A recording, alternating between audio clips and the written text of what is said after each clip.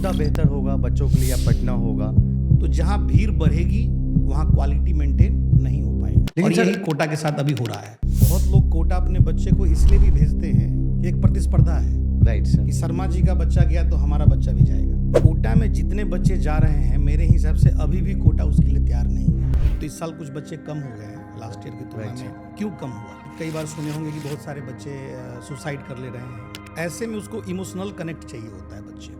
वो कई दिन तक अपने माँ बाप से बात नहीं कर पाते। बात करेंगे कि बच्चों के फैसिलिटी के लिए ऐसा ऐसा गेम्स पार्लर है अच्छा। जो शायद मुंबई या पुणे में भी हो, और बच्चे को बिगड़ने का पूरा साधन है वहाँ पे। एक पटना पे आरोप लगता है सर, जो इन्फ्लुएंसर है या जो बड़े बड़े टीचर हैं, जो बाहर के टीचर, वो बोलते हैं कि जो बच्चे बाहर से पढ़ के आते हैं वही पटना से रिजल्ट करते हैं। आप 12 साल से देख रहे हैं, तो आपका क्या अनुभव है सर इसका? ऐसा बिल्कुल भी नहीं है। तो ये जिम्मेदारी पहले टीचर की है कि आप क्लास में ऐसा माहौल बना दीजिए बच्चा होमवर्क करने लगे। और हमको लगता है कि ऐसे सोचने वाले बहुत सारे टीचर पटना में हैं।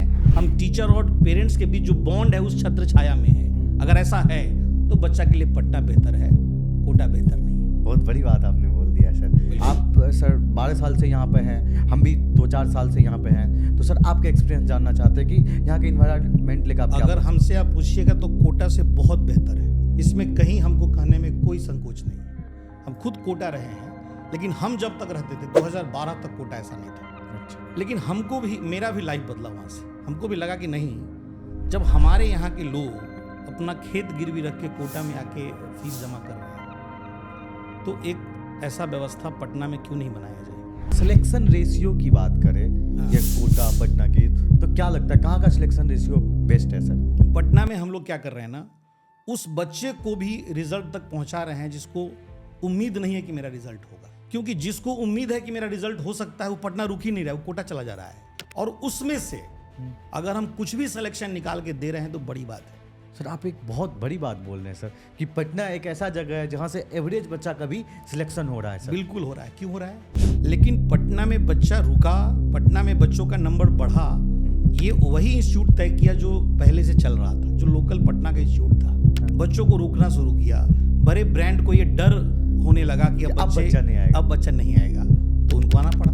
इन्वेंटर्स का केवल ये सोच था कि हम एक ऐसा माहौल बनाएं जहां पर एक प्लेटफॉर्म पर अच्छे टीचर्स आए और बच्चों को पटना में ही पढ़ाएं, और वो भी एक कम से कम फीस में। सर नेशनल ब्रांड को लेकर आए, उनकी फी भी तो आप सर पहले बोलते थे कम फीस में मैं बच्चों को पढ़ाऊंगा, तो ये सर आप जैसे कि पहले मैं 1-2 वीडियोस देखा तो उसमें भी बोले थे सर, तो ये सपना तो आपका मर रहा है ना सर, क्योंकि नेशनल ब्रांड को लेकर आए। बड़ा अच्छा आपका सवाल है। अभी बहुत बड़ी लीडिंग इंस्टीट्यूट थी सर, वो संस्था जो उस पर पेरेंट्स का बहुत भरोसा भी था सर, पेरेंट्स बहुत ट्रस्ट करते थे, लेकिन हाल में ही सर वो संस्था बंद हो गया सर।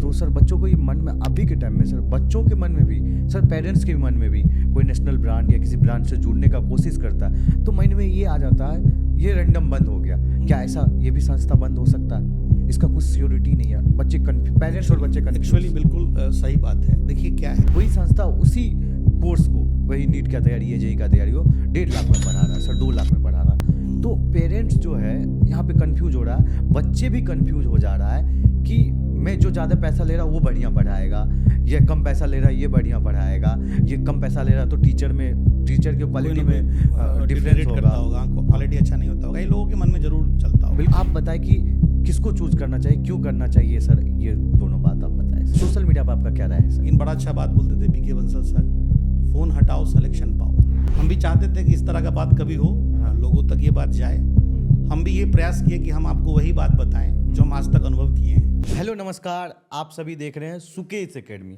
आज मैं बहुत ही गंभीर मुद्दा पे बात करने के लिए आया हूँ। जैसे कि आपको पता, आपका 10th का एग्ज़ाम हो गया, 12th का एग्ज़ाम हो गया, और अब आप सोच रहे होंगे मुझे नीट करना है या जेई करना है, तो कहाँ से करें, हमारे लिए कौन सा जगह बेहतर होगा, और जगह का सिलेक्शन करें तो कैसे करें। और सबसे बड़ा क्वेश्चन जो अभी मन में है, आप सभी के मन में, जब मैं तैयारी कर रहा था तो मेरे भी मन में था कि मैं कोटा जाऊं या पटना रहूं, मेरे लिए कौन सा जगह बहुत बढ़िया होगा। इसके लिए आज मैं इनवाइट किया हूं राजेश रंजन सर को, जिनका एक्सपीरियंस की बात करें तो 10 ईयर एक्सपीरियंस इन कोटा और 12 ईयर एक्सपीरियंस इन पटना। आप सोच रहे एक ही फील्ड में कोई इंसान 10 साल कोटा और 12 साल पटना में एक्सपीरियंस लिया हो, उससे बेहतर कौन बता सकता है। जैसे कि बात कर ले हम, आप किसी भी बाइक की बात करें, जो इंसान जिस बाइक को चला रहा है वो उसके बारे में उतना बेहतर बता सकता है। उसी तरह से सेम इसमें भी है, जो इंसान दोनों जगह का एक्सपीरियंस किया है तो वही बता सकता है दोनों जगह के बारे में कौन सा जगह आपके लिए बेहतर होगा। तो चलिए हम वेलकम करते हैं राजेश रंजन सर का और जानते हैं कोटा बेहतर होगा या पटना आपके लिए, आप अगले साल IIT JEE नीट का तैयारी करना चाहते हैं तो। नमस्कार सर, आपका बहुत बहुत स्वागत है सुकेश एकेडमी के पॉडकास्ट पे सर। बहुत बहुत धन्यवाद। कैसे हैं सर आप? बस बढ़िया। सर आज मैंने सोचा था, बच्चों को मैंने पहले क्लियर कर दिया है, कोटा और पटना के बारे में आज हम चर्चा करेंगे सर।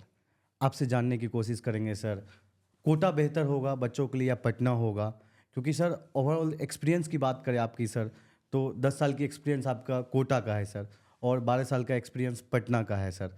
तो आपसे बेहतर कौन बता सकता है सर बच्चों के लिए क्या बेहतर होगा, कोटा होगा या पटना होगा। मैंने सोचा सर, कल मैं सोच रहा था तो मुझे ये समझ में आया, जिस चीज़ को कोई बाइक है जस्ट से हम सोचते हैं सर, उसको जो चलाया है वही बता सकता है कि उसमें क्या बेहतर फीचर है, क्या अच्छा है क्या बुरा है। तो आपने सर दोनों जगह रहा है और सर आपका एक्सपीरियंस की बात करें तो दोनों जगह का अच्छा एक्सपीरियंस है सर। तो आपसे बेहतर कोई नहीं बता सकता, मुझे लगा ऐसा सर, तो इसलिए मैंने सोचा कि आपके साथ इस पर चर्चा किया जाए सर।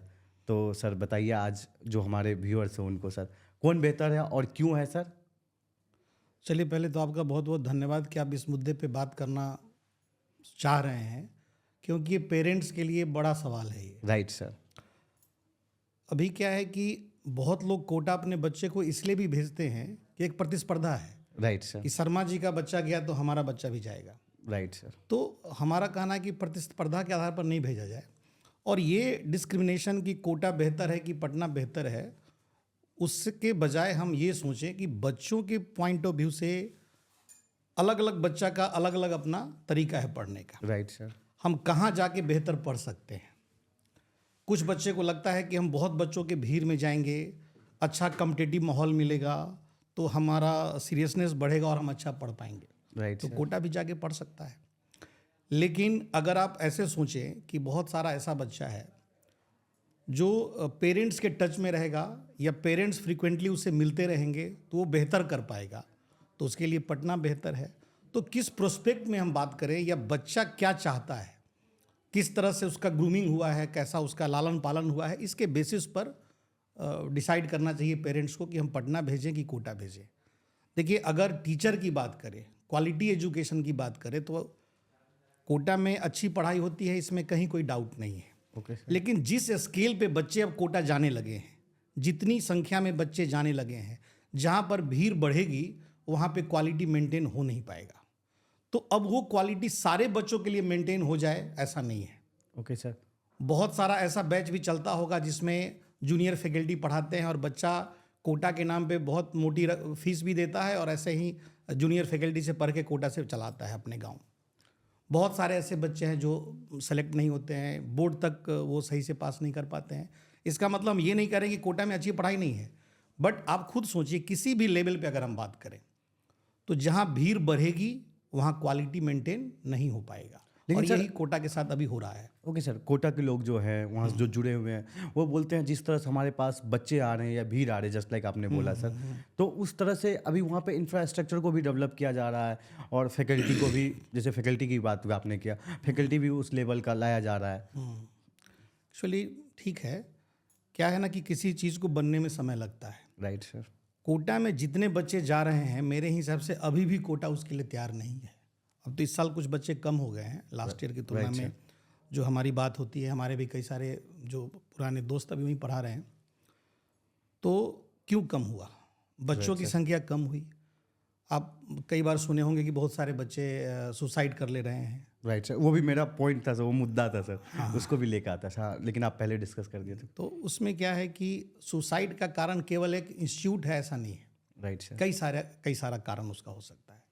जैसे बच्चा जो बहुत सारे बच्चों के भीड़ में है, उसको लग रहा है कि हम बेहतर नहीं कर पा रहे हैं, तो ऐसे में उसको इमोशनल कनेक्ट चाहिए होता है बच्चे को। Right sir. एक इमोशनल कनेक्ट जो अपने पेरेंट्स से उसको मिलेगा। और बच्चा मीलों दूर पटना का या बिहार यूपी का को कहीं का बच्चा है, वो कोटा रह रहा है, वो कई दिन तक अपने माँ बाप से बात नहीं कर पाता है, या उसके पेरेंट्स बार बार उससे मिलने नहीं जा पाते हैं। तो उस बीच में ऐसा उसके साथ कुछ मतलब उसका दिमाग में क्या चल रहा है ये वो किसी को बता नहीं पाता, और ऐसे परिस्थिति में इस तरह की घटना घट जाती है। इसका कारण केवल इंस्टीट्यूट है ऐसा नहीं है। दूसरा बात यह है कि कोटा में बहुत सारे हॉस्टल्स हैं, लेकिन इंस्टीट्यूट का हॉस्टल जो जैसे कोई कोचिंग चल रहा है वो अपने यहाँ बच्चे को एक डिसिप्लिन में पढ़ाई कराता है, लेकिन उसके बाद बच्चा जब हॉस्टल में जाता है तो कितना डिसिप्लिन में है, पढ़ाई कर रहा है कि नहीं कर रहा है, उसके साथ क्या हुआ, ये तो कोई इंस्टीट्यूट देखने नहीं जा रहा है। आप अगर ऐसा व्यवस्था बनाएं कि बच्चा इंस्टीट्यूट में पढ़ाई करे, उसके बाद वो कोटा जाए, अपने हॉस्टल में जाए, तो वहाँ भी उसको एक डिसिप्लिन मिले। फ़ोन कब उसको यूज़ करना है, कब नहीं यूज़ करना है, उसके मन में क्या चल रहा है, उसको बात करने के लिए कोई वहाँ पे हो, तो हमको लगता है बेहतर एजुकेशन हो पाएगा, जो कि अभी कोटा इसके लिए पूरी तरह से तैयार नहीं है, क्योंकि इंस्टीट्यूट का अपना हॉस्टल तो है नहीं। कुछ होगा भी तो थोड़े बहुत बच्चों के लिए होगा, और बहुत सारे बच्चे ऐसे ही हॉस्टल्स में रह रहे हैं, जिस हॉस्टल्स में आप ये समझ लीजिए कि कोटा में अगर आप बात करेंगे कि बच्चों के फैसिलिटी के लिए ऐसा ऐसा गेम्स पार्लर है अच्छा। जो शायद मुंबई या पुणे में भी ना हो, और बच्चे को बिगड़ने का पूरा साधन है वहाँ पे। अच्छा, गेम्स पार्लर इट मीन्स क्या सर? भाई अब तो हम 2012 तक कोटा में थे। Okay sir. उस समय का आपको एक छोटा सा घटना हम बताते हैं। एक पेरेंट्स हमसे मिलने आए जब उनका बच्चा 12th फेल कर गया उसके बाद। अच्छा। और वो कहीं और के नहीं थे, मेरे ननिहाल के थे। जिस गांव में मेरा ननिहाल है उस गांव के थे, लेकिन उनको पता नहीं था कि हम कोटा में पढ़ाते हैं। उस समय हम बंसल क्लासेस में पढ़ाते थे। वो हमसे मिलने आए और बच्चा बंसल में ही पढ़ता था। तो वो बोले कि हमारा बच्चा 12th फेल कर गया और हम तो इंतज़ार कर रहे थे कि वो IIT में सेलेक्ट होगा। नवोदय का पढ़ा हुआ बच्चा था, टैलेंटेड बच्चा था, उसके पिताजी को अपने बच्चे पे पूरा भरोसा था, वो उसको कोटा भेजे। बट हुआ क्या उसके साथ, वो 11th में वहाँ एडमिशन लेता है, 2-3 महीना पढ़ता है, और उस समय बड़ा कल्चर था बच्चों का साइबर कैफ़े में जाके मूवी देखने का। अच्छा। अब तो बहुत एडवांस हो गया, कोटा एक से एक गेम्स पार्लर है। उस समय बच्चे जो है साइबर कैफ़े में जाते थे और दिन भर बैठ के मूवी देखते थे। अच्छा। उसको वही मूवी देखने की लत लग गई। वो क्लास छोड़ के मूवी देखता था दिन भर, और अपने पिताजी को बोलता था कि हम अच्छा पढ़ाई कर रहे हैं, और वो पूरा 11th यही करता रहा। अच्छा। 12th की फ़ीस भी वो मंगवा लिया अपना कि 12th में फ़ीस भरना है बंसल में। अच्छा। 12th की पूरी फ़ीस आ गई, वो फ़ीस भरा नहीं, वो तो इंस्टीट्यूट जाता ही नहीं था वो। अच्छा। अब इंस्टीट्यूट क्या करे, इंस्टीट्यूट में जा ही नहीं रहा है वो। बिल्कुल। जब उसका 12th का एग्ज़ाम जब वो फेल कर गया, उसके पहले वो अपने पिताजी को बोला कि हम IIT का फॉर्म भर दिए हैं और हमारा कुछ गड़बड़ हो गया, इसलिए हमारा एडमिट कार्ड नहीं आ पाया, ऐसा कुछ अपना बहाना बना दिया। उसके पिताजी को लगा कुछ हुआ होगा। अच्छा, लास्ट टाइम पता कैसे लास्ट चला? जब उसका मैथ्स में 4 नंबर आ गया, फिजिक्स में 3 नंबर आ गया, ऐसा मार्क्स आया उसको। अच्छा, 12th बोर्ड 12th बोर्ड में जब 12th बोर्ड का एग्ज़ाम आ गया, रिजल्ट निकल गया, तब उसके पिताजी को पता चला कि ये तो पढ़ ही नहीं रहा था। ओके। तब उनको पता चला मेरे बारे में, फिर वो मेरे पास आए, बोले ऐसा हुआ क्या। फिर हम उस बच्चे को बुलाए, बोले कहाँ पढ़े तुम, तो यहीं पढ़े हैं। हम टीचर का नाम बताओ, कौन पढ़ाया 12th में तुमको, नोट्स दिखाओ, क्या तुम लिख के ले गए यहाँ से। तो जब हम उसका उतना छानबीन किए तो पता चला कुछ पढ़ा ही नहीं। फिर हम बंसल में गए, उसके IT डिपार्टमेंट में जाके उस बच्चे का चेक किए, तो पता चला कि एडमिशन के 3 महीने के बाद से वो मिसिंग है। वो ओके। बंसल क्लासेस के IT डिपार्टमेंट ने उसको मिसिंग करार दे दिया, था ही नहीं वहाँ पे, पढ़ा ही नहीं वो। तो वो डेविएट हो गया बच्चा। अब उसके पिताजी उसको बार बार देखने तो जा नहीं रहे कोटा में को कर क्या रहा है। और एक ऐसा बच्चा जो नवोदय से पढ़ाई किया, टॉपर बच्चा था, स्कॉलर स्टूडेंट था, केवल इसलिए वो डेविएट हो गया कि उसको कोई समझाने वाला, उसको कोई कंट्रोल करने वाला वहाँ पे नहीं था। पेरेंटल केयर नहीं मिला। तो हॉस्टल तो ऐसे ही है, हॉस्टल तो किसी का केयर करता नहीं है। तो अगर आप हॉस्टल में भी इस तरह का केयर करते तो ऐसा नहीं है पटना में पढ़िए, कोटा में पढ़िए, हर जगह से रिजल्ट हो सकता है। अच्छा। और पटना में भी हम जब कोटा की बात कर रहे हैं, तो हम अगर यहाँ पटना में पढ़ा रहे हैं तो हम कई सारे कोचिंग को पढ़ाते हुए अभी यहाँ पे हैं, आगे हम लोग इस पर बात करेंगे। तो हमको ऐसा कहीं नहीं लगा कि हम कोटा में पढ़ा रहे थे तो हमारे साथ बहुत अच्छे टीचर्स थे और यहाँ पे ख़राब हैं। अच्छा। अगर टीचर के लेवल की बात की जाए तो पटना में भी बहुत अच्छे टीचर्स हैं। सवाल है कि पेरेंट्स का भरोसा होना चाहिए उन टीचर्स पे।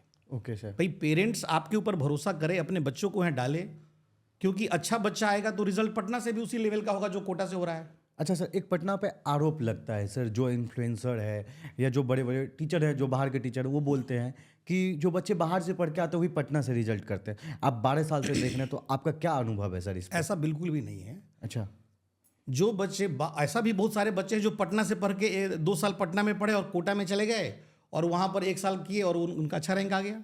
तो क्या वो पटना का नहीं पढ़े हुए है सर? ये तो दोनों जगह से हो सकता है। राइट भाई वो कोटा में 2 साल पढ़ा, उसको लगा कि चलो हम 1 साल पटना में एक बार दोबारा पढ़ लें, तो यहाँ के किसी कोचिंग में पढ़ता है, उसका अच्छा रिजल्ट हो जाता है। Okay sir. तो उसमें हम ठीक है, वो जहाँ पर बेसिक उसका क्लियर हुआ उसका भी कंट्रीब्यूशन है और यहाँ जो तैयारी किया उसका भी कंट्रीब्यूशन है। ऐसे बहुत सारे ऐसे बच्चे भी हैं जो पटना में 2 साल कोचिंग करके और रिपीटर्स बैच में चले जाते हैं कोटा में पढ़ने और वहाँ से रिजल्ट उनका होता है। राइट तो सर। क्या वहाँ पे पटना का कंट्रीब्यूशन नहीं है, है? 100% उसका है बेसिक सर। क्लियर किया गया यहाँ पे।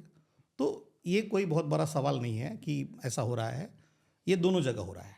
अच्छा सर, पटना में सर आपको एक बच्चे को रखने के बाद क्या 3 पॉइंट बताइए जो बेनिफिट होगा पेरेंट्स को? देखिए, सबसे बड़ी बात तो ये है कि पेरेंट्स को उस प्रतिस्पर्धा से बचने की ज़रूरत है कि उनका बेटा कोटा गया, उनके पड़ोसी का कोई का बेटा कोटा पढ़ रहा है, तो हम भी कोटा पढ़ाएंगे तभी समाज में हमारी इज्जत रहेगी।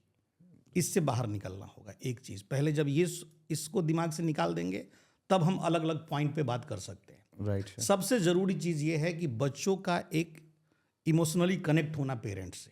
Right sir. अगर बच्चा यहाँ पे है, आप पटना में रख रहे हैं, आप 50 किलोमीटर 100 किलोमीटर की दूरी पे उस बच्चे का घर है, उसके माता पिता जब चाहें आके अपने बच्चे से मिल सकते हैं, खासकर वीकेंड पे तो आ ही सकते हैं एक बार मिलने। Right sir. तो बच्चों के मन में जो भी चलते रहेगा, जो दुविधा रहेगा, वो अपने माँ बाप को बता पाएगा। एक बात।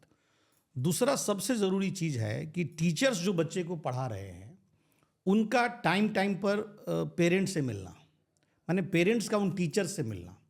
इससे भी बच्चों के ऊपर एक दबाव रहता है कि अगर हम होमवर्क नहीं करेंगे क्लास में और अगर हमारे टीचर हमारे पेरेंट्स से मिलेंगे तो उनको बताएंगे कि ये ठीक से पढ़ नहीं रहा है, तो पेरेंट्स जब बच्चे को बोलता है कि तुम नहीं पढ़ रहे हो और हमारा पैसा एकदम बर्बाद कर रहे हो, तो उसको लगता है ये बात। Right sir. तो बच्चा जब उस दबाव में आएगा ना कि हमारे पेरेंट्स और टीचर कनेक्टेड हैं, तो पढ़ेगा। Okay sir. और सबसे ज़रूरी चीज़ ये है, देखिए आप कोटा पटना की बात जब कर रहे हैं तो एक चीज़ बोलना बहुत ज़रूरी है। Right sir. कि आप कोटा पढ़िए, पटना पढ़िए, दिल्ली पढ़िए, कहीं पढ़िए, लेकिन जो टीचर क्लास में पढ़ा रहे हैं उनको एक माहौल बनाना पड़ेगा क्लास के अंदर कि बच्चे को रोज़ होमवर्क दिया जाए और वो होमवर्क डिस्कस किया जाए। Okay sir. हम क्लास में ये बात बोलते हैं बच्चों को, ठीक है कि हम होमवर्क दिए, हो सकता है 100 बच्चों की क्लास है, उसमें एक बच्चा भी होमवर्क करके नहीं आया, हो सकता है। अच्छा, ऐसा होता है क्या सर? एकदम होता है। एक बच्चा भी करके नहीं आया और हम बच्चे से पूछते हैं कि कौन सा सवाल तुमसे बना, कौन सा नहीं बना, तो कोई बच्चा बोल दिया क्वेश्चन नंबर 5 नहीं बना, क्वेश्चन नंबर 4 नहीं बना, ऐसे ही बोल दिया। वो बनाया नहीं है वो, अच्छा। बट बोल दिया, क्योंकि अब सर पूछ रहे हैं तो कुछ तो बोलना है, जवाब तो देना और होगा। हम उसको बता दिए। हाँ। लेकिन जब वो बच्चा ये बोलता है ना कि हमारा ये क्वेश्चन नहीं बना, तो उसके अंदर से एक आवाज़ आती है कि देखो तुम कितने बड़े झूठे हो कि बिना बनाए तुम झूठ बोल रहे हो। और ये उसके अंदर ये आवाज़ होगा। राइट। और ये आवाज़ जब बार बार होगा ना तो बनाने लग जाएगा। तो ये जिम्मेदारी पहले टीचर की है कि आप क्लास में ऐसा माहौल बना दीजिए कि बच्चा होमवर्क करने लगे। बच्चा को पढ़ाने के लिए पहले बच्चा को पढ़ने लायक बनाना पड़ता है और ये जिम्मेदारी टीचर की है। हम फिजिक्स टीचर हैं तो फिजिक्स हमको बहुत आता है, उससे बच्चे को क्या मतलब है? Right sir. लेकिन हम बच्चे को फिजिक्स सीखने के लायक कैसे बनाएं, ये जिम्मेदारी अगर हम पूरा कर पा रहे हैं, उसके अंदर वो पढ़ने की ललक जग जाए, वो पढ़ने के लिए प्रेरित हो जाए, ये अगर हम कर पा रहे हैं तब सही मायने में हम टीचर हैं। अदरवाइज हम जाके खूब सारा भाषण दे दें, खूब सवाल करा दे बोर्ड पे, खूब थ्योरी लिखा दे, उस बच्चे को कुछ नहीं फर्क पड़ रहा है। ओके तो सर। इस दिशा में सोचना चाहिए और हमको लगता है कि ऐसे सोचने वाले बहुत सारे टीचर पटना में हैं, कोटा में भी हैं। तो हम ये डिस्क्रिमिनेशन करने की स्थिति में नहीं है कि पटना बेहतर है कि कोटा बेहतर है। बच्चों को जहाँ कंफर्ट फील हो रहा है, जहाँ उसको लग रहा है कि हमारा पेरेंटल केयर है, जहाँ उसको लग रहा है कि हम पढ़ाई कर सकते हैं, हम पेरेंट्स के छत्र छाया में हैं, हम टीचर और पेरेंट्स के बीच जो बॉन्ड है उस छत्र छाया में है, अगर ऐसा है तो बच्चा के लिए पटना बेहतर है, कोटा बेहतर नहीं है। Okay sir. बहुत बड़ी बात आपने बोल दिया सर, क्योंकि आज अभी चाहत है बच्चों का कोटा जाने का, कि एक ग्लेम हो गया सर। वो होता है ना कि ड्रीम, कोटा जाएंगे, 10th कंप्लीट कर लिए, 12th कंप्लीट कर कोटा जाएंगे। ये एक मतलब क्या बोलते हैं, सबके दिमाग में रहता है फलना। आप शुरू में एक चीज़, बहुत बड़ा चीज़ डिस्कस कर दिए कि मेरा मामा का बेटा पढ़ा, मेरा पड़ोसी पढ़ा, ये होता है सर। सर एक और क्वेश्चन उठता है सर, पटना का इन्वायरमेंट कैसा है सर? आप सर 12 साल से यहाँ पे हैं, हम भी 2-4 साल से यहाँ पे हैं, तो सर आपका एक्सपीरियंस जानना चाहते हैं कि यहाँ के इन्वायरमेंट लेकर आप क्या अगर बोलते हैं? हमसे आप पूछिएगा तो कोटा से बहुत बेहतर है। अच्छा। आप चले जाइए कोटा के एक एरिया में 8 बजे के बाद शाम रात में, और आपको दिखेगा कि मुंबई का एरिया फेल है, जैसे बच्चे लड़के लड़कियां घूमते रहते हैं। हाँ, ठीक है ना। उसके तुलना में पटना का माहौल बहुत बेहतर है पढ़ने के लिए, ये हम जरूर कहेंगे। इसमें कहीं हमको कहने में कोई संकोच नहीं है।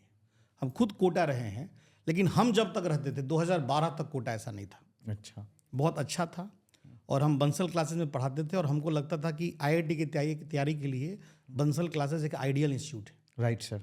ये हमको एकदम लगता था, और हम एज ए टीचर हमको लगता था कि हम बच्चों के साथ पूरा जस्टिस कर रहे हैं वहाँ पढ़ाते थे। तो अगर हम कोई टॉपिक हमसे सीक्वेंस में गड़बड़ी हो जाए कि ये पहले पढ़ा दिए वो बाद में पढ़ा दिए, तो हम क्या छोड़ेंगे, डीपीपी में वो सवाल आ जाता था। अच्छा। और हमको फिर वो चीज़ पढ़ाना पड़ता था। मतलब एकदम एक ऐसा सिस्टम जो बच्चों के लिए एकदम डेडिकेटेड सिस्टम था, वो था बंसल क्लासेस। सर ये तो बच्चे का बात कर लिया, आजकल टीचर में भी एक होड़ मचा हुआ है सर। 2-4 साल से जब से हम इस फील्ड में आए हैं सर, तब से देख रहे हैं सर कि बड़े बड़े इंस्टीट्यूट में जाने के लिए चाहता है सर, या सोचता है कोटा चले जाएंगे तो वहाँ से एक नेम हो जाएगा, फेम हो जाएगा, और सर फिर देखते हैं सर 2 साल 4 साल के बाद फिर वो बैक हो जाता है। तो इसमें क्या आपने देखा सर? आपने भी ये चीज़ देख रहा होगा सर, तो क्या कारण लगता है इसमें सर? एक्चुअली ये हम खुद ऐसा करवा रहे हैं। अच्छा। यहाँ के पेरेंट्स ऐसा करवा रहे हैं। अच्छा। यहाँ के पेरेंट्स अगर आपके यहाँ आएंगे, जैसे हम खुद इंस्टीट्यूट चला रहे हैं, राइट सर। तो पेरेंट्स पूछते हैं कि टीचर कोटा से आएंगे क्या? ओके। तो जब पेरेंट्स का ऐसा सोच है कि कोटा से जो टीचर आएंगे वो बहुत बेहतर पढ़ा देंगे, ओके। तो टीचर को लगता है कि हम अगर कोटा को टच करके भी आ जाएंगे, अच्छा। एक बार दौड़ के गए, कोटा को छू के आ गए, अच्छा। तो हम बड़ा टीचर बन गए। पेरेंट्स के नज़र में हमारा एक ब्रांड वैल्यू हो गया कि हम कोटा में पढ़ाते थे। ओके। लेकिन ये धीरे धीरे अब कम हो रहा है। माने था, एक समय था, मतलब हम आज आपके साथ बैठे हैं और बात कर रहे हैं तो हम बोल रहे हैं, लेकिन हम अब खुद इतना दिन वहाँ रहे, लेकिन हमको बताने का ज़रूरत नहीं पड़ता है कि हम कोटा में पढ़ाते थे, ये करते थे। ये बात से हम बहुत आगे निकल गए और अब अपना काम कर रहे हैं। लेकिन जब बात की कि टीचर्स चले क्यों आते हैं, तो बहुत सारा कारण है। एक तो क्या है कि बहुत सारे ऐसे टीचर्स हैं कोटा में जो पटना साइड के ही हैं। हाँ, राइट सर। तो उनको लगता है कि भाई चलो अगर पटना में बेटर अपॉर्चुनिटी मिले तो हम वहाँ से पटना चले आएँ, और घर के नज़दीक रहेंगे तो अच्छा रहेगा। आप मान लीजिए कोटा में हैं, आप खूब पैसा कमा रहे हैं, आप मर्सिडीज़ खरीद लिए, तो मर्सिडीज़ लेके घर जाइएगा, अपने माँ बाप को दिखाइएगा तो ना ज़्यादा आनंद आएगा। बिल्कुल सही बात है सर। तो आप पटना में मर्सिडीज़ खरीदें तो आपको ज़्यादा आनंद आएगा। अब कोटा में खरीदे आपको कोई आनंद ही नहीं आ रहा है, क्योंकि सब वहाँ पे एक जैसा ही तो है। इस वजह से भी लोग जो है अपने होम स्टेट के नज़दीक आना चाहते हैं। एक ये वजह है। हम जब कोटा में थे तो हमको क्या प्रेरित किया कि पटना चले आए? हाँ सर, ये भी पॉइंट बिल्कुल। तो एक्चुअली बड़ा एक छोटा सा घटना है। उस समय हम कैरियर पॉइंट में पढ़ाते थे, बंसल से भी पहले हम कैरियर पॉइंट में थे। अच्छा। उस समय कैरियर पॉइंट एक अच्छा इंस्टीट्यूट हुआ करता था, अच्छा चलता था। तो एक पेरेंट्स थे मुजफ्फरपुर के, उनका बच्चा मेरे ही क्लास में था, तो उनको किसी से पता चला कि सर हाजीपुर के हैं और वो मुजफ्फरपुर के थे, तो बोले कि सर से मिलते हैं, हमारा बच्चा उन्हीं के बैच में है।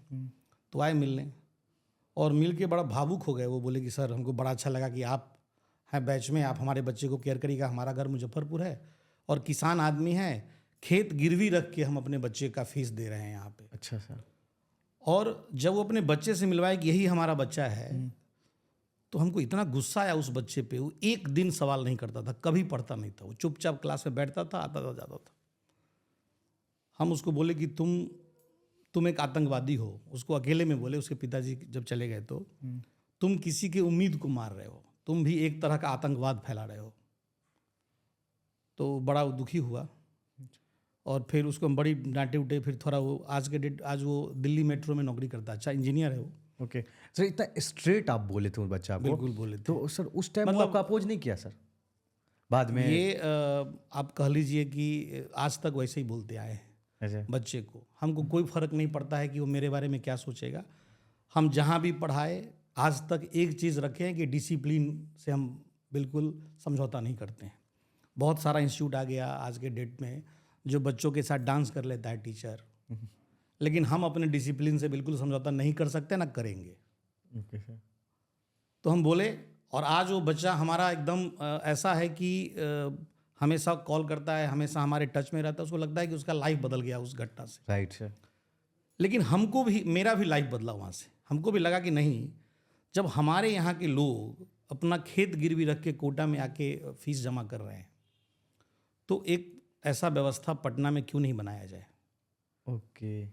लेकिन हम बहुत छोटे टीचर थे, शुरुआत किए थे, धीरे धीरे थोड़ा समय बना, हमारे अंदर भी हिम्मत आई, तो हम पटना में उस व्यवस्था की तरफ बढ़े। 2020 में हमने अपना इंस्टीट्यूट शुरू किया, आपको अगर पता हो, इन्वेंटर्स के नाम से। बिल्कुल सर, अभी मैं आता है इन्वेंटर्स का भी क्वेश्चन है सर। उससे पहले एक क्वेश्चन हम आपसे ले लेते हैं सर, कि ये क्वेश्चन लेते हैं सर, सिलेक्शन रेशियो की बात करें या कोटा पटना की, तो क्या लगता है कहाँ का सिलेक्शन रेशियो बेस्ट है सर, अच्छा है सर? ये तो आप खुद समझ सकते हैं, ये हमको कहने की ज़रूरत नहीं है। कोटा के इंस्टीट्यूट ये दावा करते हैं कि गिनीज बुक ऑफ वर्ल्ड में हमारा नाम है कि हम इतना बच्चा पढ़ाते हैं। हाँ, 5 लाख या 6 लाख या क्या बच्चा पढ़ाते हैं। जेई IIT एडवांस के एग्ज़ाम के लिए क्राइटेरिया सेट करता है कि 35% मार्क्स के नीचे वाले बच्चे को हम नहीं लेंगे। लेकिन वो मजबूर हो जाता है लेने के लिए, क्योंकि 35% मार्क्स के ऊपर केवल 6000 बच्चा होता है। ओनली 6000 स्टूडेंट जिसका कि मार्क्स 35% या उससे ऊपर है।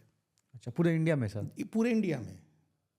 कौन सा ईयर का ये डाटा बता रहे हैं सर? ये हम एक स्टैटिस्टिक्स बता रहे हैं, हर साल ऑलमोस्ट यही है। ओके सर, समझ गया ना। अब आप समझ लीजिए कि 5 लाख बच्चा एक संस्थान में पढ़ रहा है और हमारे पास 6000 बच्चा नहीं है जो कि 35% से ऊपर मार्क्स ले आए। तो हम लोग इस में पढ़े हैं कि उनका क्या सिलेक्शन रेशियो होगा, इसी से अनुमान लगाया जा सकता है। रहा पटना की बात, तो एक बात हम अपना अनुभव जो 12 साल से 2012 के एंड में हम आ गए थे पटना, आप इफेक्टिवली मान लीजिए कि 2013 से हम पटना में काम कर रहे हैं। और काम ऐसा नहीं कर रहे हैं, डेली 4-5 क्लास लेते आए हैं आज तक। तो पटना में हम लोग क्या कर रहे हैं ना, उस बच्चे को भी रिजल्ट तक पहुंचा रहे हैं जिसको उम्मीद नहीं है कि मेरा रिजल्ट होगा। अच्छा, क्यों नहीं उम्मीद है? क्योंकि जिसको उम्मीद है कि मेरा रिजल्ट हो सकता है वो पटना रुक ही नहीं रहा है, वो कोटा चला जा रहा है। तो ये और जिसको उम्मीद नहीं है कि हमारा होगा वही पटना रुक रहा है। और उसमें से अगर हम कुछ भी सिलेक्शन निकाल के दे रहे हैं तो बड़ी बात है, क्योंकि सारा जो भी पेरेंट्स को लगता है कि मेरा बच्चा अच्छा है, वो कहीं से पैसे का इंतजाम करके रिस्क नहीं लेके वो कोटा भेज दे रहे हैं, क्योंकि उनके मन में कहीं ना कहीं कोटा चला जाएगा तो सब कुछ ठीक हो जाएगा। तो इस भ्रम से भी बाहर निकलने का ज़रूरत है लोगों को। और वही पटना में जो भी रिजल्ट हो रहा है, इसमें हम कई सारे इंस्टीट्यूट का तारीफ करेंगे कि वो लोग मेहनत किया है यहाँ पे, और निश्चित रूप से वैसे बच्चों का रिजल्ट हुआ है जो उस उम्मीद के साथ एडमिशन ही नहीं लिए कि मेरा हो सकता है। अच्छा, क्योंकि अगर आपको उम्मीद होगा तो आप रिस्क नहीं लीजिएगा, आप सीधे कोटा चले जाइएगा या कहीं और चले जाइएगा जहाँ से आपको लगे नहीं होना ही है।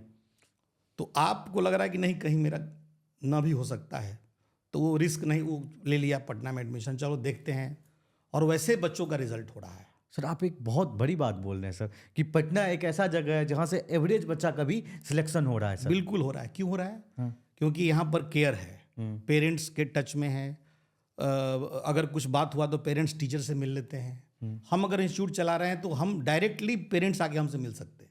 उनको कहीं किसी से कोई ये नहीं, बाउंडेशन नहीं, कोई नहीं है कि भाई कोई रोक लेगा कि नहीं सर से मत मिलिए। हम बहुत साधारण आदमी हैं, टीचर हैं, पढ़ाते हैं, छोटा सा इंस्टीट्यूट चलाते हैं, तो सब मिल लेता है हमसे। Okay sir.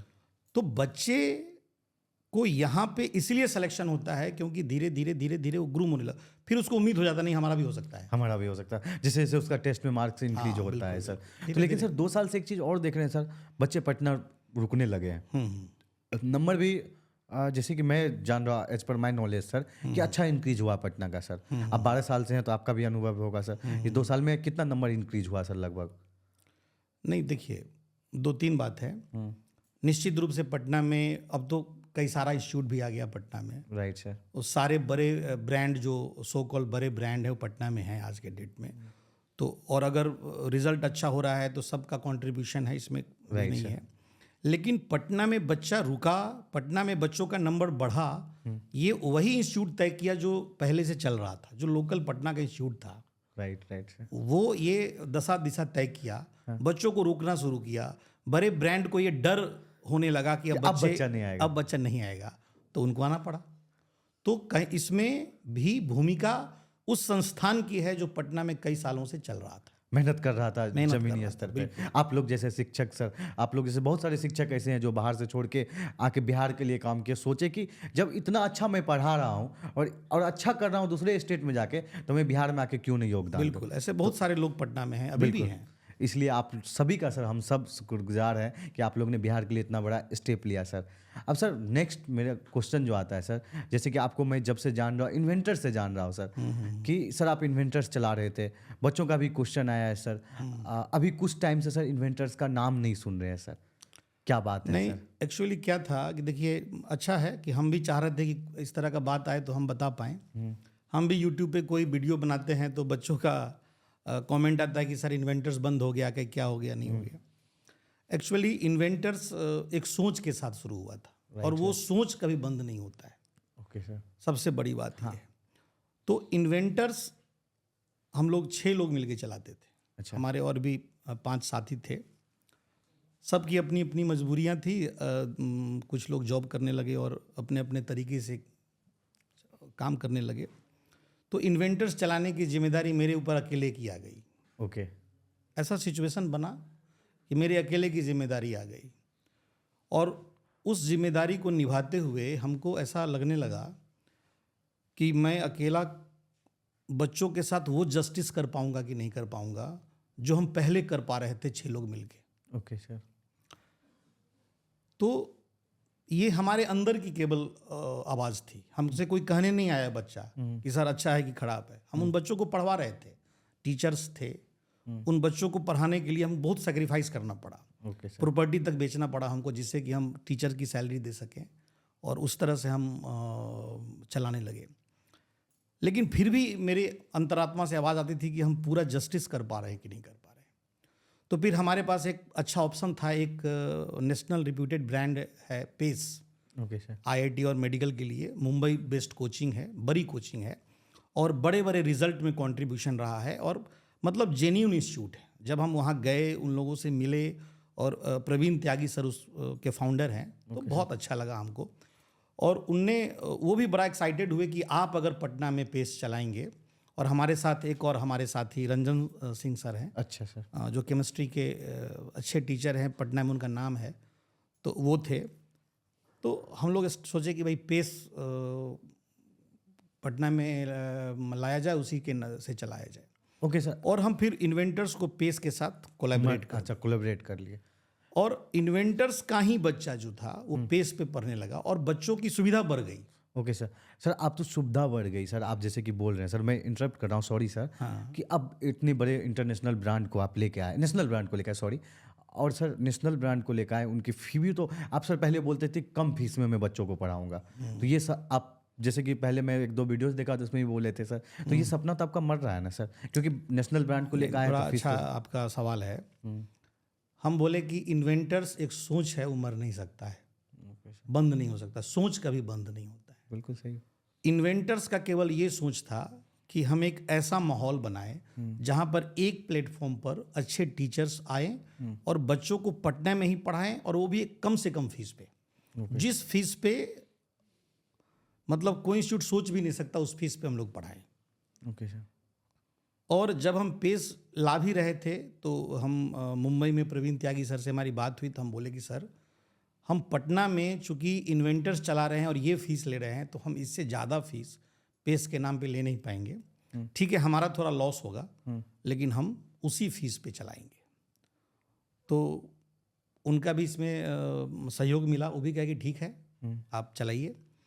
तो ये जो काम हुआ कि आप नेशनल ब्रांड में पढ़िएगा, हम बच्चों को कहते हैं कि जो जो फैसिलिटी हम बच्चे को अब दे रहे हैं कि भाई आप एक बड़े ब्रांड में पढ़ रहे हैं, आपका समय से टेस्ट हो रहा है, टेस्ट का रिजल्ट आ रहा है, उसका हमारा 64 ब्रांच है पूरे इंडिया में पेस का, हर जगह का टेस्ट है, हर जगह का रिजल्ट के बीच में बच्चों को कंपैरिजन है।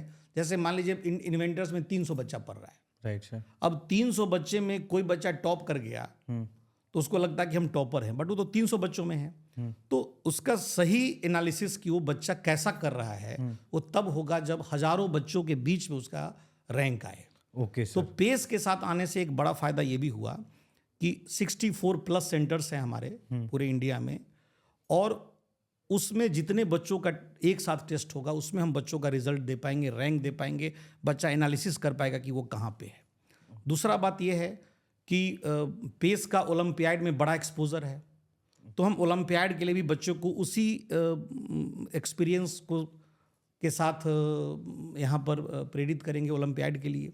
जो पेस का जो लिगेसी है वो हमको उसके साथ हम काम कर रहे हैं इसके लिए। ओके सर, नेशनल ब्रांड की बात हो रही थी सर, तो एक क्वेश्चन मेरे मन में आ गया। अभी बहुत बड़ी लीडिंग इंस्टीट्यूट थी सर, वो संस्था जो उस पर पेरेंट्स का बहुत भरोसा भी था सर, पेरेंट्स बहुत ट्रस्ट करते थे।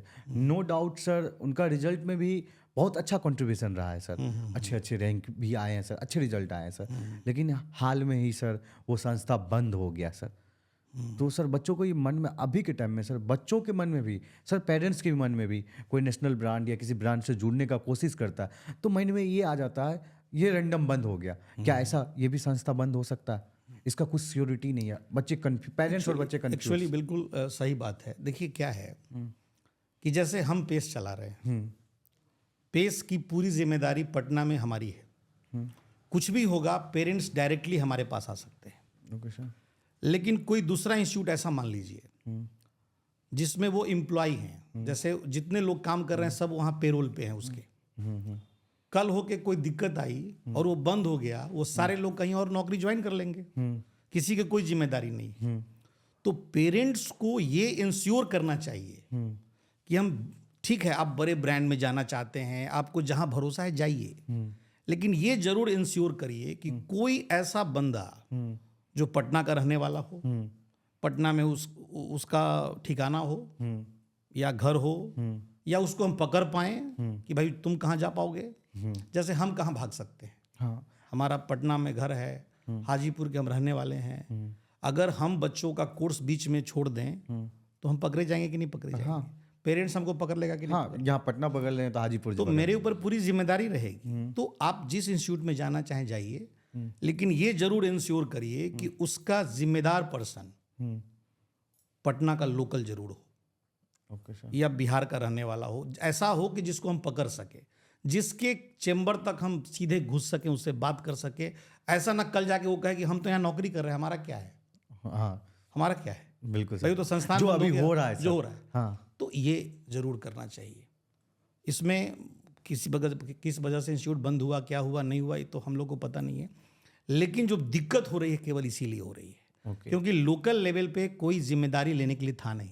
अच्छा सर, एक क्वेश्चन मेरे भी मन में आ रहा है सर, वो बच्चे और पेरेंट्स के भी मन में आ रहा होगा, हम ये कैसे इंश्योर करेंगे वो कहाँ के हैं, डायरेक्टर कभी मिलेंगे कि नहीं मिलेंगे? सर जो लोकल डायरेक्टर होंगे वो भी, डायरेक्टर तो कम ही रहते हैं सर, जैसे हम लोग भी जानते हैं सर, आपका क्या कैसे इंश्योर करेंगे कि कौन है यहाँ पे, क्या है सर?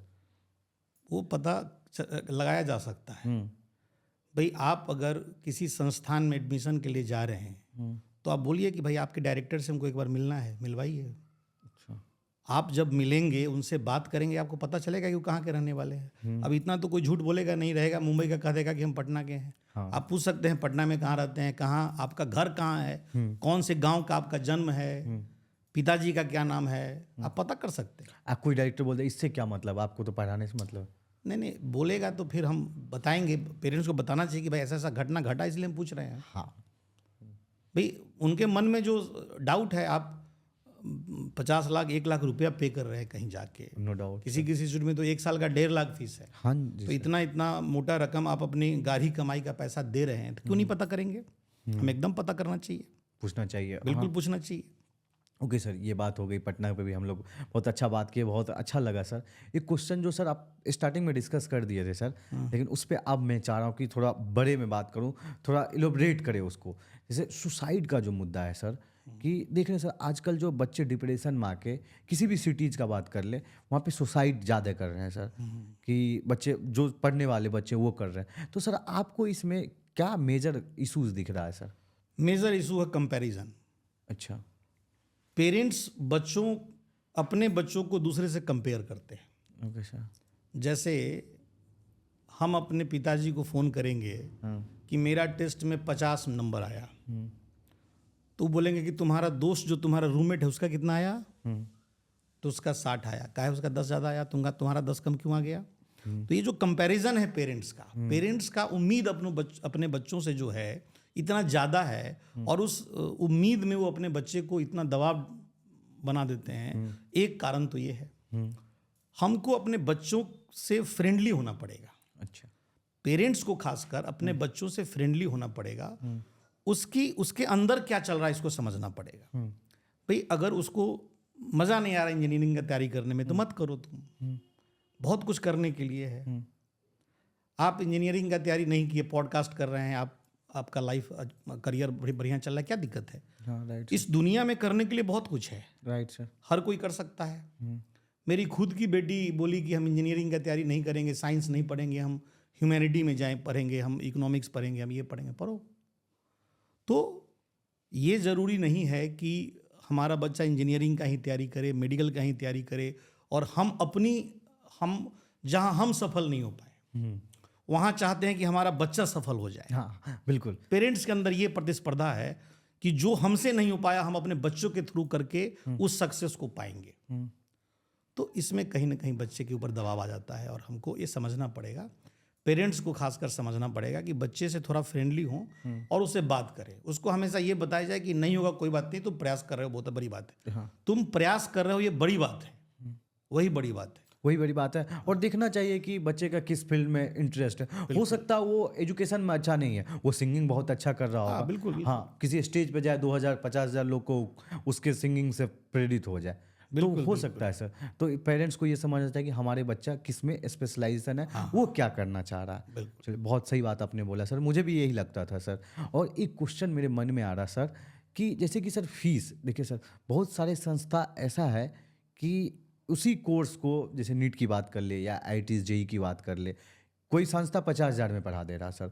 एक नंबर बता रहा हूँ, एग्जैक्ट क्या होगा सर वो अलग अलग हो सकता है। कोई संस्था उसी कोर्स को, वही नीट का तैयारी है, JEE का तैयारी हो, 1.5 लाख में पढ़ा रहा सर, 2 लाख में पढ़ा रहा। तो पेरेंट्स जो है यहाँ पे कंफ्यूज हो रहा है, बच्चे भी कंफ्यूज हो जा रहा है कि मैं जो ज़्यादा पैसा ले रहा हूँ वो बढ़िया पढ़ाएगा, ये कम पैसा ले रहा है ये बढ़िया पढ़ाएगा, ये कम पैसा ले रहा है तो टीचर की क्वालिटी में डिफरेंस होगा, क्वालिटी अच्छा नहीं होता होगा, ये लोगों के मन में जरूर चलता होगा। बिल्कुल सर। तो इसमें हम आपसे जानना चाहते हैं सर, क्योंकि आपका एक्सपीरियंस अच्छा है सर, तो आप बताएं कि किसको चूज करना चाहिए, क्यों करना चाहिए सर, ये दोनों बात आप बताएं सर।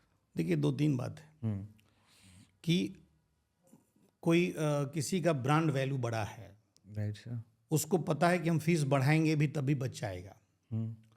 उसके अंदर क्या चल रहा है, कौन टीचर किस क्लास को पढ़ा रहा है। जैसे आप क्या किए कि 20, 25, 50 बच्चे को अलग छांट लिए और उस बच्चे को आप अपना बेस्ट टीचर दे दिए पढ़ने के लिए, और उससे मान लो रिजल्ट भी हो गया, और उस आर में आप हजारों बच्चों को एक साधारण टीचर से पढ़वा रहे हैं और उससे खूब मोटी फीस वसूल रहे हैं। ये चल रहा है। अच्छा।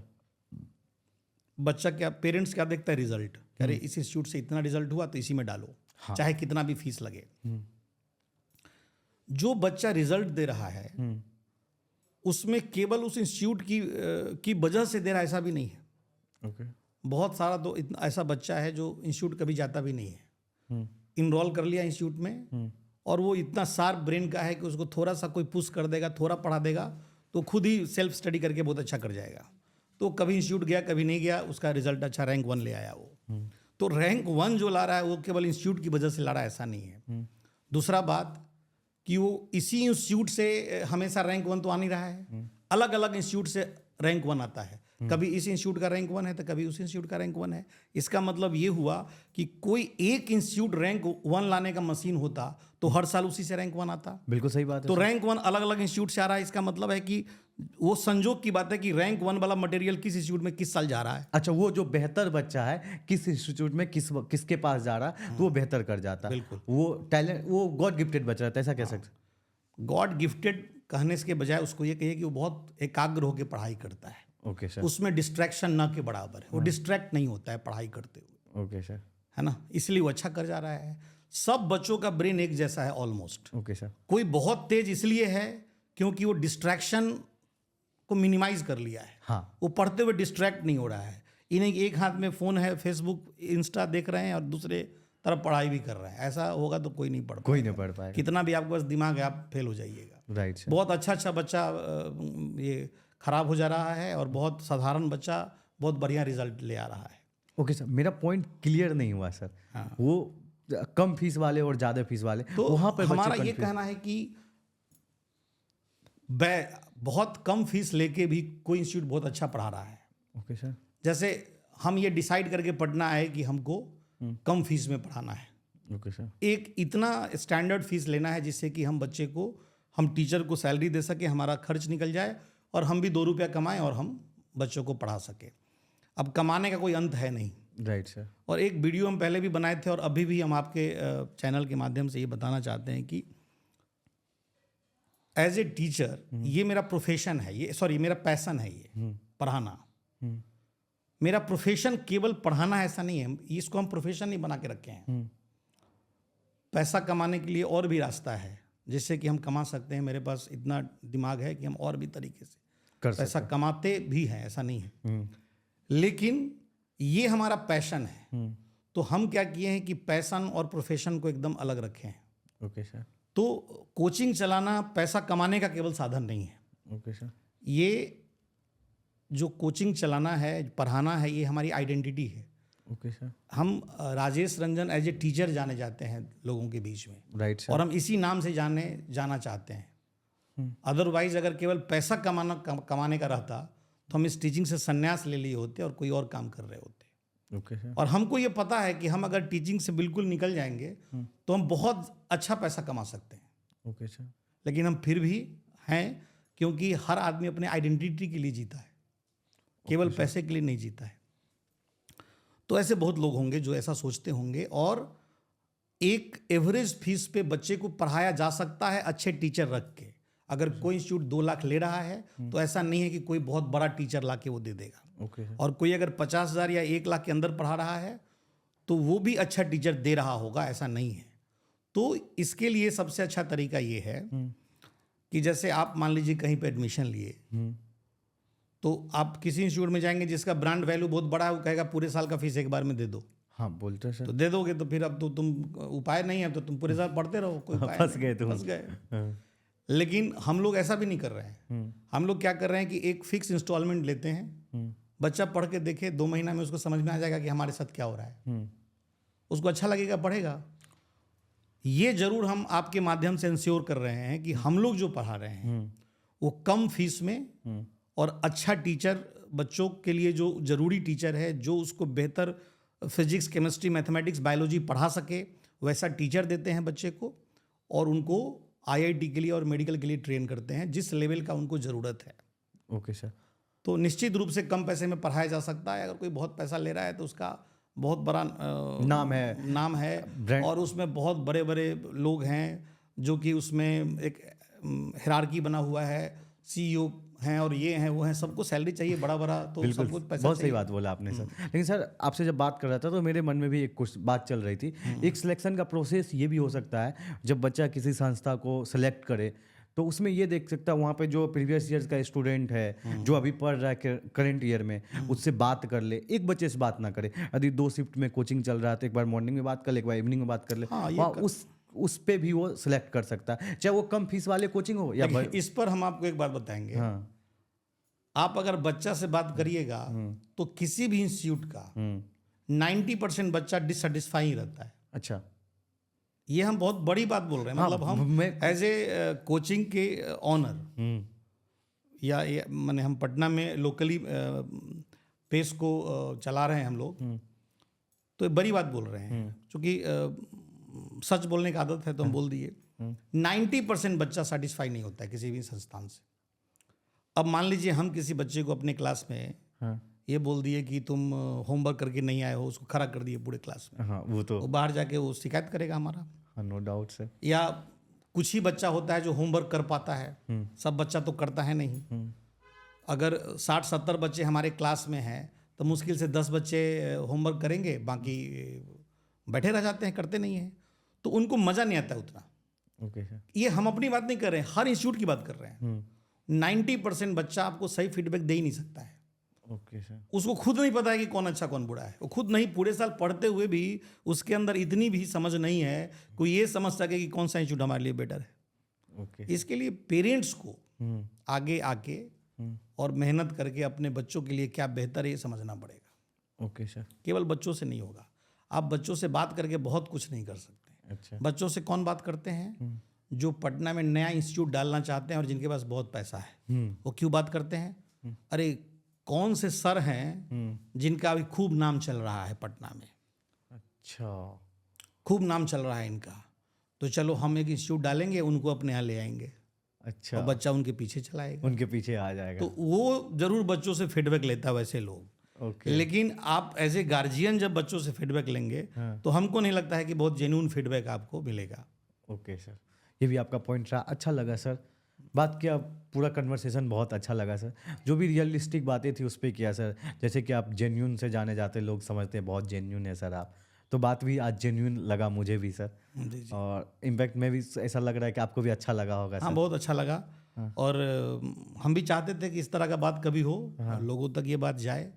हम भी ये प्रयास किए कि हम आपको वही बात बताएं जो हम आज तक अनुभव किए हैं। कोई ऐसा बात ना करें कि जो हम बनावटी कर रहे हो। ये हमारा अनुभव है और हम वही बात किए हैं, उसमें कुछ नया नहीं। ओके सर, हम एक शहर पहले बाहर दूसरे शहर में रह रहे थे सर, तो हम बिहार से हैं सर। तो वहाँ पे सर खाना जो था ना सर, अलग अलग आइटम मिलता था सर। तो हमें आदत थी सर दाल भात चोखा खाने की सर। आप हो सकता है सर आपके भी होगी कभी घर जैसा खाना? नहीं, बिल्कुल, हम लोग चावल दाल के एकदम शौकीन आदमी हैं। तो सर वहाँ पे जो थे ना सर, तो खाना अच्छा नहीं मिल पाता था सर। मतलब मिलता बहुत अच्छा खाना, जो चाहते थे वो नहीं मिल पाता था। तो उससे होता था क्या कि हमारा सिस्टम बिगड़ जाता था सर। तो हम इस पॉइंट को इसलिए लिए सर, बच्चा जो बाहर जाता है तो उसके लिए खाना भी बहुत बड़ा मैटर करता है सर। एकदम करता होगा। हाँ। लेकिन इसमें है क्या कि मान लीजिए किसी का IIT चेन्नई में एडमिशन हो जाए, हाँ, तो उसको तो जाना ही पड़ेगा। हाँ, वो जाना ही पड़ेगा। तो ये सब तो सैक्रिफाइस जीवन में करना पड़ता है। Okay sir. ये तो करना पड़ेगा आपको। और आप ये जान लीजिए, हम बच्चे को क्लास में भी बोलते हैं कि एक बार जब तुम घर छोड़ दिए तो तुम छोड़ दिए, फिर अब तुम भूल जाओ कि अच्छा खाना मिलेगा। अब ये अच्छा खाना तुमको तब मिलेगा जब तुम्हारी शादी हो जाएगी। अच्छा। उस बीच में नहीं मिलेगा। फिर तो पूरी ज़िंदगी जो है, जब तक तुम्हारी शादी नहीं होती है तब तक तुमको ऐसे ही भटकना पड़ेगा। जो मिले वो खाना पड़ेगा, सैक्रिफाइस करना पड़ेगा। अच्छा सर, आप बहुत स्ट्रेट बोलते हैं सर, तो इसमें एक क्वेश्चन मेरे पास, सोशल मीडिया पर आपका क्या राय है सर, बच्चे लेके सर? देखिए, मेरा तो राय ये है कि बच्चे को बिल्कुल सोशल मीडिया पे नहीं होना चाहिए। Okay sir.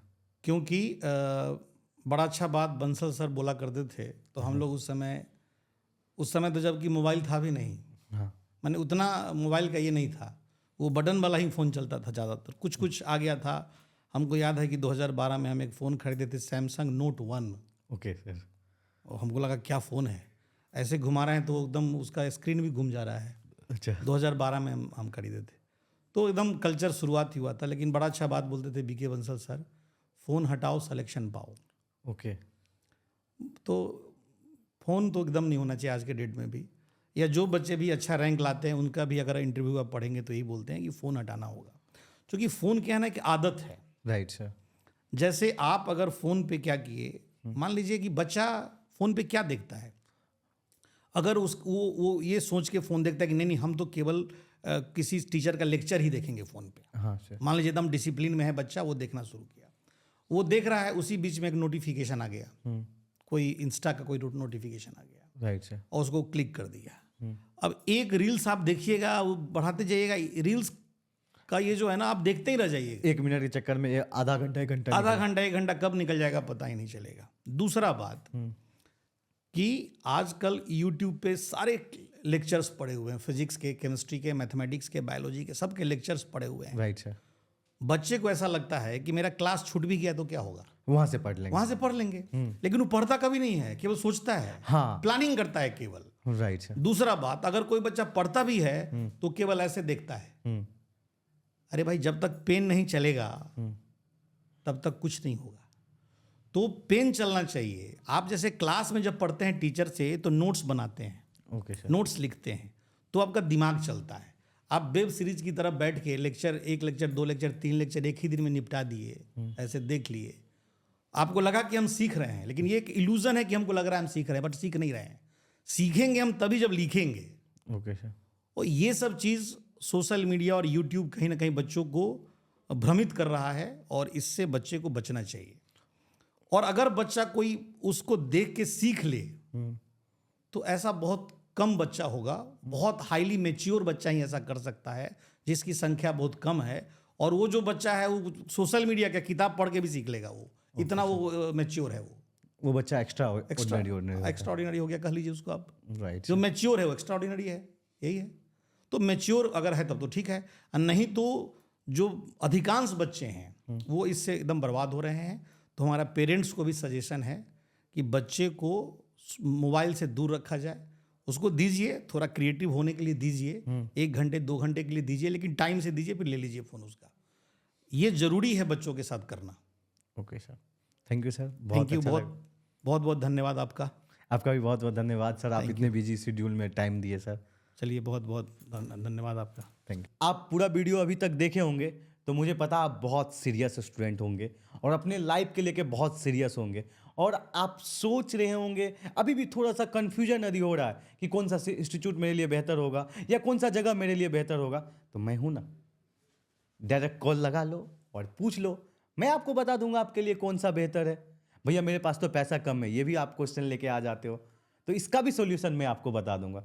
बस करना क्या है, दिए गए नंबर पे कॉल करना और हमसे डायरेक्ट बात करना है, हम आपके लिए ही तो हैं। फिर मिलते हैं कोई नई अपडेट के साथ, तब तक के लिए बाय बाय, जय हिंद, टेक केयर।